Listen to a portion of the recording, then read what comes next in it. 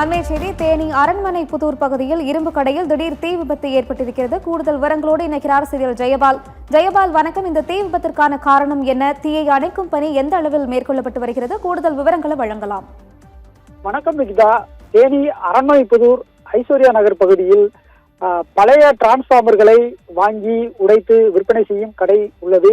இந்த கடையில் இன்று திடீரென தீ விபத்து ஏற்பட்டது.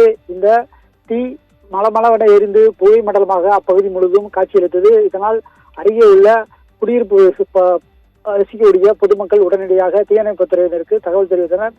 தகவலை தொடர்ந்து தீயணைப்புத் துறையினர் 4 வாகனங்களில் வந்து தீயை அணைக்கும் பணியில் தற்பொழுது தீவிரமாக ஈடுபட்டு வருகின்றனர். குறிப்பாக இந்த தீ வந்து பழைய டிரான்ஸ்பார்மர்களை உடைக்கும் பழைய இரும்பு கடை என்பதால் அந்த கடையில் அதிக அளவில் ஆயில், அதாவது டிரான்ஸ்பார்மருக்கு ஊற்றக்கூடிய ஆயில்கள் இருப்பதால் அப்பகுதி முழுவதுமே தீ மளமளவென எரிந்து தற்பொழுது காட்சியளித்து வருகிறது. தற்பொழுது தீயை அணைக்கும் பணியில் தீயணைப்புத்துறையினர் ஈடுபட்டு வருகின்றனர்.